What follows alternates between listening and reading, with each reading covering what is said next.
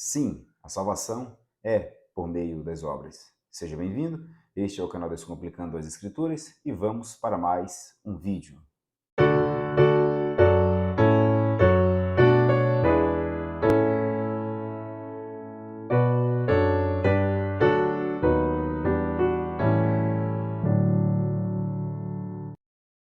Todos nós estamos em busca ou procurando, ou pelo menos tecemos comentários, opiniões acerca do que é bom.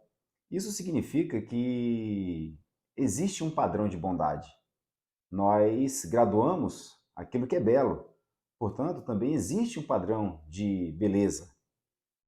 Nós buscamos a verdade. Então, existe a verdade absoluta. E quando nós olhamos para essas afirmações, nós percebemos que esse padrão, ele só pode ser Deus, porque Deus, ele é perfeito, ele é a perfeita beleza, é a perfeita bondade, ele é a verdade absoluta. Então, não tem como nós acrescentarmos ou tirarmos algo de Deus, porque ele é pleno em toda a sua perfeição. E o que isso tem a ver com a salvação? Quando Deus forma o homem e a mulher, ele os forma não perfeitos, para que Adão e Eva adorem a Deus. Né? No entanto, eles desobedecem a Deus e a história nós conhecemos. Eles não são capazes mais de relacionar com Deus. E Deus, no momento da criação com Adão, ele faz um pacto com Adão, conhecido como pacto de obras, e diz: Adão, me obedeça e viverás. Desobedeça-me e certamente morrerás. O que aconteceu? Adão desobedeceu a Deus, então ele morreu. E como ele era nosso representante, então todos nós em Adão também estamos mortos. E Deus, ele faz uma exigência para que se relacionem com ele. Que exigência é essa? De que o homem cumpra na integridade toda a sua lei moral, aqueles 10 mandamentos. Mas espera aí, os 10 mandamentos só vieram lá em Êxodo capítulo 20. Como Adão ia se relacionar com Deus diante de uma lei que ele desconhecia? Aqui tem alguns pontos. O primeiro ponto é que a lei está cravada no coração de cada um, diz o apóstolo Paulo. Segundo ponto, que a lei, mesmo tendo sido entregue a Moisés lá em Êxodo 20, algum tempo bem depois de Adão, não significa que a lei já não estivesse pronta. Porque a lei é o caráter de Deus, é aquilo que Deus é. A lei é boa, ela é perfeita, tal como Deus. Então é o caráter de Deus, é aquilo que Deus é. Logo, a lei já existia em Adão, ou melhor, a lei ela é eterna, tal como Deus, porque ela é qualidades de Deus. Então Deus exige para que o homem se relacione com ele o cumprimento da totalidade dessa lei. Adão falhou miseravelmente, não cumpriu. Então o que aconteceu? Ele morreu, ele desobedeceu a Deus, portanto ele morreu. E Deus deixou de exigir do homem que cumpra a lei para que se relacione com ele?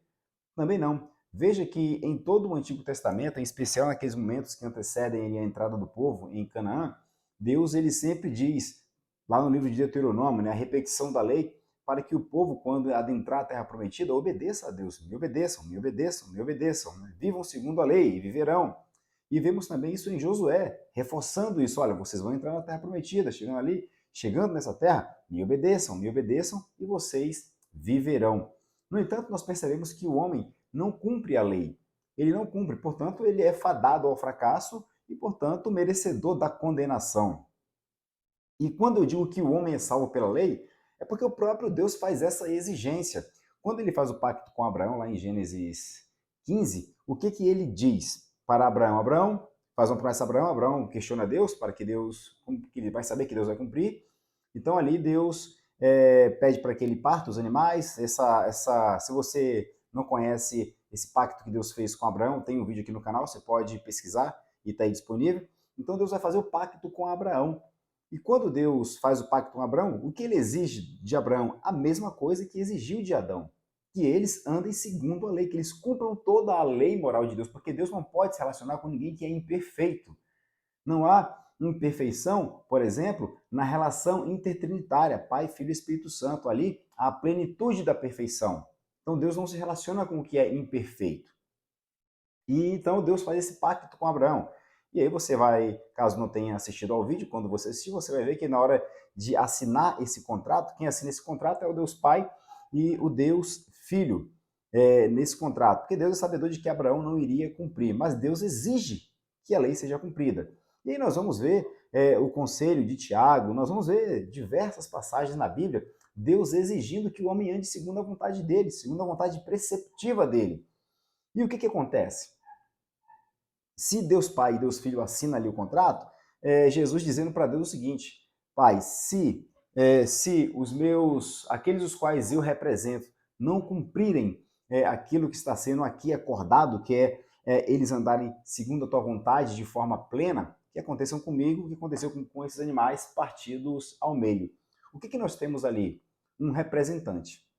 Ora, se nós tínhamos um representante Adão e Deus fez o pacto das obras com ele, e ele falhou e todos nós falhamos, agora nós temos um outro representante que está fazendo o mesmo pacto, o pacto das obras. O que significa? Significa que Deus exige que o homem cumpra a parte dele do acordo. E que parte é essa? Que ande segundo a lei de Deus. E o que Deus prometeu? Prometeu a vida eterna, prometeu a salvação. Não foi isso que ele disse a Adão? Me obedeça e viverás? Então Deus prometeu a vida eterna, mas Deus exige que algo seja cumprido. E o homem não cumpre. Então nós temos ali a figura de um outro representante que o apóstolo Paulo vai chamar de último Adão. Veja, quando eu fiz a afirmação no início do vídeo de que há necessidade de que a lei seja cumprida para que o homem seja salvo, eu estou dizendo que você precisa cumprir a lei, que eu preciso cumprir a lei, que nós precisamos cumprir a lei. Caso contrário, nós estaremos condenados. E nós já muito bem sabemos que a própria Bíblia já nos diz que nós não cumprimos essa lei. Então, como é que isso acontece? Por meio de um representante. E aí você começa a entender quando o apóstolo Paulo diz que por um homem entrou um pecado no mundo, mas por outro superabundou a graça. Então, nós recebemos a salvação por meio da graça. O que isso significa? A graça de Deus. A salvação é por meio da fé em Jesus Cristo. É graça, você não é merecedor. Tá, mas se eu sou um pecador, como é que um juiz vai me perdoar e vai me dar salvação? Ele não pode me perdoar, porque se ele me perdoar, sendo eu um criminoso, ele está sendo injusto. Então, é por isso que é muito importante que nós entendamos a principal doutrina bíblica, que é a doutrina do pacto. Nós temos uma representatividade em Adão e temos uma representatividade em Cristo. E ali nós temos o nosso representante perfeito. Então, quando Deus se relaciona com o seu povo, ele não faz de forma direta. Ele o faz por meio de um representante. E se por meio de um representante ele condena a todos, por meio de outro representante ele salva os seus escolhidos. Então, sim, a salvação é por meio das obras. Que obras? O cumprimento na totalidade da lei. Eu e você conseguimos fazê-lo? Não, mas quem fez? O homem, o Deus encarnado, cumpriu na plenitude toda a vontade de Deus. Não por acaso, o salmista lá no Salmo 22 ou 24, se eu não estiver enganado, vai dizer que se abram os portais eternos para que entre o Rei da Glória. Quem é esse o Rei da Glória? O Senhor dos Exércitos, o Deus Todo-Poderoso. Ele é o Rei da Glória. Quem é esse de que o salmista está falando?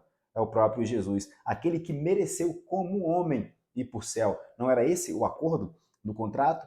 Você cumpre a lei e eu te dou a vida eterna.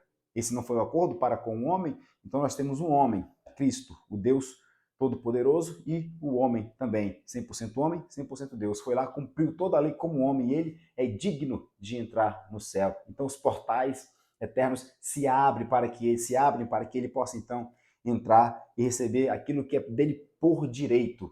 E se aquilo é dele por direito e ele era o nosso representante, então nós agora temos uma união mística com ele. Tá? Então, sim, a salvação é por meio das obras, porque Deus não deixa impune o pecador, mas você não consegue cumprir, eu não consigo cumprir, e ela então é cumprida por meio de um representante. Tá? Se você gostou, deixa aí um joinha, se inscreve no canal, compartilha esse vídeo para poder ele alcançar mais pessoas e comenta qualquer coisa para que ele possa aí então se tornar mais relevante ainda, tá certo? Então fique com Deus, até o nosso próximo vídeo. E uma novidade aqui no canal, antes que eu me despeça por completo de vocês, esta semana a gente vai iniciar um novo curso para quem é membro aqui do canal. Já tem um curso lá disponível de introdução à interpretação bíblica com 8 aulas e esta semana será postada aí a primeira aula do curso História das Heresias. O curso está ficando bom, então para quem é membro, apenas R$ 4,99 por mês, você ajuda não apenas esse canal a crescer, como também você